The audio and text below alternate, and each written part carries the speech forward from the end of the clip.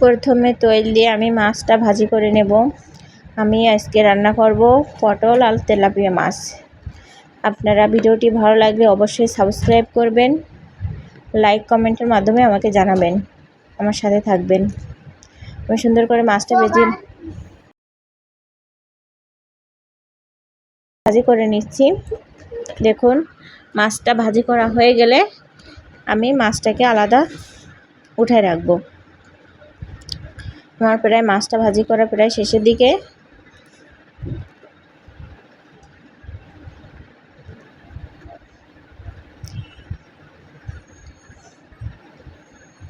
মাছটা আমি উঠায় রাখবো,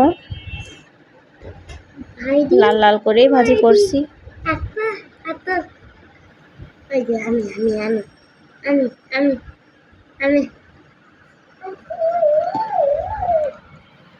এই যে মাছ তুলে রাখবো।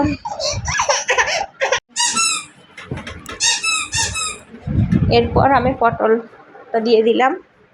পটলটা একটু ভাজি করে নিব, হলুদ দেব, লবণ দেব, একটু জিরা ধনে গুঁড়ো করা আছে ওটাও আমি এখন দিয়ে দেবো।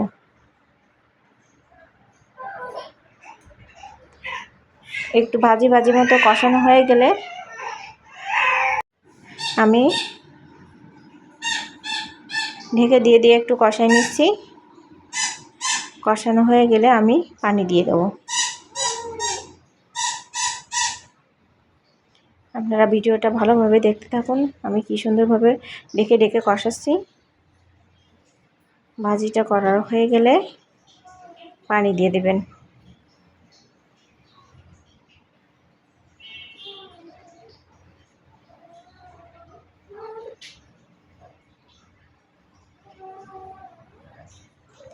পানি দিয়ে দিলাম।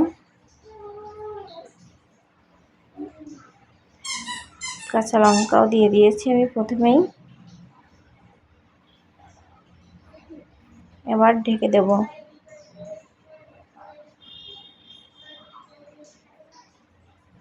এভাবে আমার যখন প্রায় হয়ে আসবে তখন মাছটা দিয়ে দিব, আবার ঢেকে দেব। এভাবে কিছুক্ষণ আমি রেখে দেব। দেখুন, আমার প্রায় শেষের দিকে, তরকারিটা প্রায় হয়ে আসছে।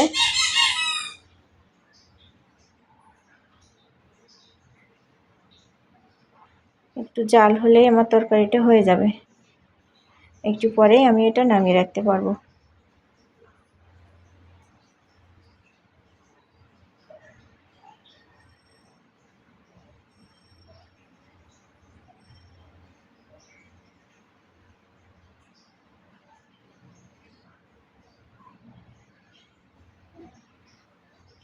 তরকারিটা এবার আমি নামিয়ে রাখবো। সবাই সাথে থাকবেন, সাবস্ক্রাইব করবেন। দেখেন কত সুন্দর হয়েছে তরকারিটা। ধন্যবাদ সবাইকে।